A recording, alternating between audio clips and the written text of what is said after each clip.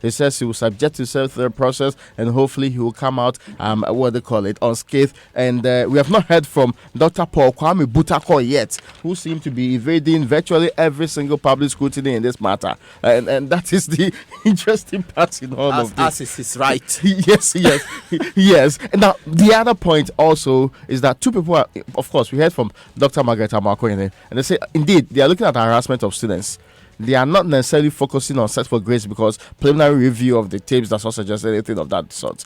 Two, Professor and former Pro Vice Chancellor, one of the longest serving Pro Vice Chancellors of the University of Ghana, current Minister in charge of tertiary education, Professor Kwesi Yankah, a member of Parliament elect of the New Patriotic Party for Agona East. He's a parliamentary candidate for the New Patriotic Party. Yes, member of Parliament elect for the New Patriotic Party. The member of Parliament elect. The elections have not been conducted. How can he be elect? I wanted to say candidate, parliamentary candidate. Forgive me. I am not prophesying in any way. I have no competence in the esoteric. That is not in doubt. One has finished the election in Joy FM studios. Okay, be careful, so Professor Kwesi Yankah. Let's go. Yes. Yesterday talked about how he believes some of these exposés actually affect the credibility of universities in a part of the world. And when it comes to issues to do with universities in a part of the world, nobody can take away his competence in that particular area. Indeed, he's written a lot in that particular field and has made it very clear in the many writings that he has put out there about how development ought to happen when it comes to universities on the African continent. So the minister is also saying that this phenomenon has been there for a very long time and it's being dealt with. I recall that he was there when the anti-sexual harassment committee was being put together, and many of the works that ought to be done in this case will be done. So at least we will get to know a formal probe will happen.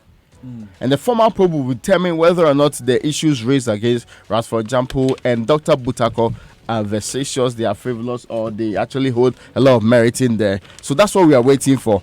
On the sidelines, though, this morning is going to be an interesting show. Daniel. Yes, of course. Since you bring it up, them that came to my house and they were preparing food for us to eat. I was in the kitchen and helping you. When we finished, we went to pass. So when you come, let it come to pass. So that's apparently a lecturer in a public university in Ghana speaking to a student, allegedly. And we'll be getting the details of that, Raymond and Malik, and we'll be speaking to the reporters who have been working on this story. But for now, though, Malik, let's move to other issues. There are ghosts which are closing down schools. Yes, there are ghosts closing down schools in Fumbisi. But before I deal with that, let me deal with this one first. This is an equally important matter. Of course. The matter about mass failures at Ghana's law school. Now, the Daily Guide is reporting that the president has asked the Chief Justice, who chairs the General Legal Council, which supervises legal education in Ghana, to deal with the mass failures at the law school, both at the entrance exams and at the bar exams as well. Now, this is contained in a letter that the president wrote to the Chief Justice dated May 7, in which the president's letter was premised on a visit to him by a delegation of law students who went to appeal to the president to make an intervention into the mass failures that are currently happening in the Ghana School of Law. Now, on the back of that meeting with the students, the president then wrote to the Chief Justice in this letter dated May 7th. Question is, why that letter is being published now? What is the relevance of the publication of this letter? Because after this letter was written by the president and sent to the Chief Justice, the mass failures have actually worsened, because the entrance exams this year turned out the worst results ever. Entrance exams was taken in July. Now the results came out last month, and the results are what everybody now knows them to be. But the president wrote to the Chief Justice on May 7. Now, in the aftermath of the president's letter, after which the results have actually been worse, what's the relevance of this publication at this point? It would mean that the appeal by the president to the Chief Justice to deal with the mass failures have actually not been heard. So perhaps, on Newsnight a couple of nights ago, one of the law students spoke to Evans, and he told Evans that since they met with the president, leadership of the law students met with the president, there has been no visible action. So perhaps this May 7 letter then answers the question of, did the president act after the law students met with him? The president acted by writing this letter to the Chief Justice, and after this letter was sent to the Chief Justice, the results are what we know. And yesterday you were talking about the interview Evans had. So the letter wasn't a situation. Well, I'm not saying that. No, but guys, the fact is the Chief Justice is independent of the president. Absolutely. And the Chief Justice will make decisions that she wants to make, or at least the General Legal Counsel will make decisions that they want to make, whether or not the president advises to or not. That's what Stephen Kukwasari says, that the Chief Justice should be concerned with judicial functions, because the Chief Justice is the administrative head of the judiciary. But of course, yesterday you're talking about that interview with Evans Mensah, in which we had the president of the Ghana Bar Association talking about the removal of the interviews that used to be part of the entrance processes into the Ghana School of Law. Yeah. And I found his argument strange, because he was saying that if the interviews were not eliminated as requested by MPs when the LI was brought to Parliament, that would have been an opportunity for those who have failed the entrance exams, the 120, those who failed, the 1,700 plus who failed the entrance exams. It would have been another opportunity available to them to get into the law school. I found that strange, because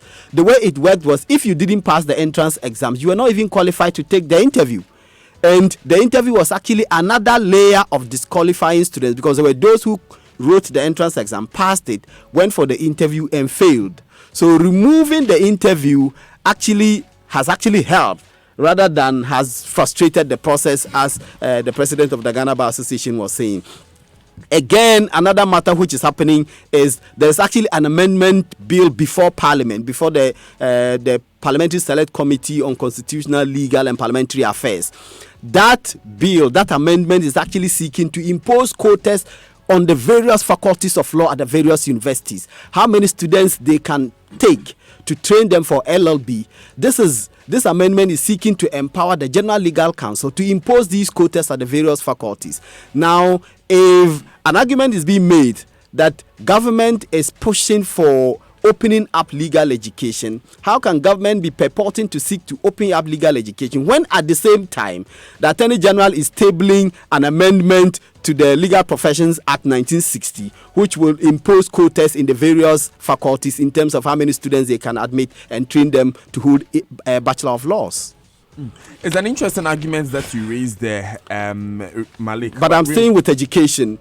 And you are talking about the ghost which happened in the Fumbisi Senior High School. Now, the Daily Guide is reporting that Fumbisi Senior High School has been deserted because on Sunday night, a girl screamed in the middle of the night that she had seen a ghost. Yeah. Now, when she screamed that she had seen a ghost, she actually fell from the first floor of the girls' dormitory. Now, that created panic in the school. 10 more girls freaked out, and they all collapsed, according to the story. They were rushed to the Fumbisi Health Center, where they were treated and discharged. Now, the next day, Monday, the students said that they didn't feel safe in the school. Mm-hmm. So the school was closed down on Tuesday, so that because the students said that they wanted to be allowed to go home so that they can escape from this menacing ghost which the girl said she saw in the school. And the school authorities heard the complaints of the students. They closed down the school in order to conduct an investigation into the claims of the girl. But the girl has been sent back to the Fumbisi Health Center because she don't claim she can't see well. Hey. Yeah, so she's been taken back to the hospital. So the Fumbisi Senior High School has been closed down because of this complaint about a ghost and the massive freaking out and anxiety and panic that is happening in the school. I don't see to underplay this, but downplaying it is not my thing. It sounds to me like a Madam Mo kind of thing, you know. But yeah, to the extent that people have been hospitalized and people have fainted, that's where it gets a bit worrying. It's panic. Yeah. Panic. Simple psychology. Anyway, we don't know what exactly they saw. So let's move from it. But certainly won't be in a ghost, right? Yeah, but government has released some 88 million Ghana cedis. This is for the second term of the second years for free SHS. This has been announced by Professor Kwesi Opoku-Amankwah, who is the Director General of the Ghana Health Service. And this is to benefit 61,669 No. So this is to benefit the second year students who are in school now. He says that the amount for the first year students is ready, but that amount will be released after the placements have been completed. We know that there have been some difficulties relating to the placements, that many of those issues have been resolved now. But the Director General of the Ghana Health Service is saying, even though the money is available, they are waiting for the placements to be completed before disbursements will be done. Okay, let's go to road crashes. Certainly, Raymond. 4,757 road crashes actually occurred between 2016 and 2018. Within that particular 2-year period, we are talking about 4,757. Now, how is this not important? Moving on, this is in Accra alone, not any other part of the country. Out of this, we are talking about some 327 people dying immediately on the ground, not those who were taken to the hospital and later were found to have sustained high injuries and died as a result. Immediately deemed to have died in the process were 327 people, and most of these incidents occurred on the major highways. Now, one important place where this happened is the N1. The N1 actually claimed lives of more than half of all the ones that we talked about. So out of the 324, the N1 claimed half of these lives. And, Wow. and this is a very terrible incident in the first place. If you take 2018 alone, half of all the road crashes in the city, half of them happen on the N1. And half of all the deaths indeed happen on that particular stretch too. At least according to statistics provided here by the grouping in the Accra Metropolitan Assembly Road Safety Reports.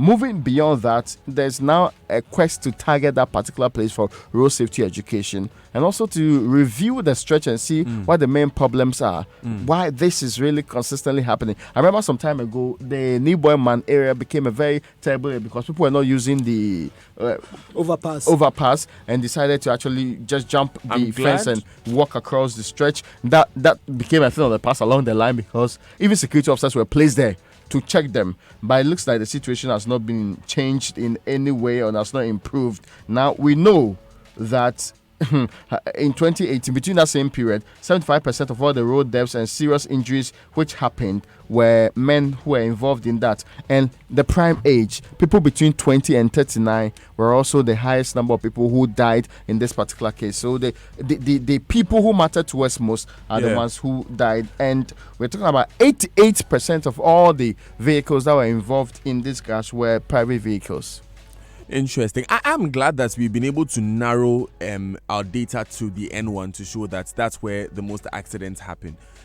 Perhaps we should be looking at the time of the day as well that it happens and the nature of the accident so that we know how to tailor the policy to fit this area so that we can proffer some solutions. The online news review is brought to you by Zenith Bank, in your best interest, and Goyle Good Energy. Travel light, shop light, pay light, and live light with Zenith Bank's array of electronic banking products. Whether you are a corporate entity or an individual, Zenith Bank has an electronic products to cater for your unique financial needs. Sign up today for Zenith Bank's electronic banking solutions and enjoy the convenience of banking on the go. Go light with Zenith Bank. It's faster and smarter. Zenith Bank, in your best interest. Now, Goyle, your trusted CIMG Hall of Fame Petroleum Company of the Year, is saying Ayiko to our numerous customers. Your loyalty to the brand has been rewarded again. It's been 3 consecutive years of success at the CIMG Awards, and we dedicate this award to our esteemed customers whose loyalty to the Goyle brand we cherish. Always visit any of our 380 plus service stations for quality fuel, lubricants, and unmatched customer service. Buy Goyle, Go Ghana, Goyle Good Energy, Goyle Yenara Yedia.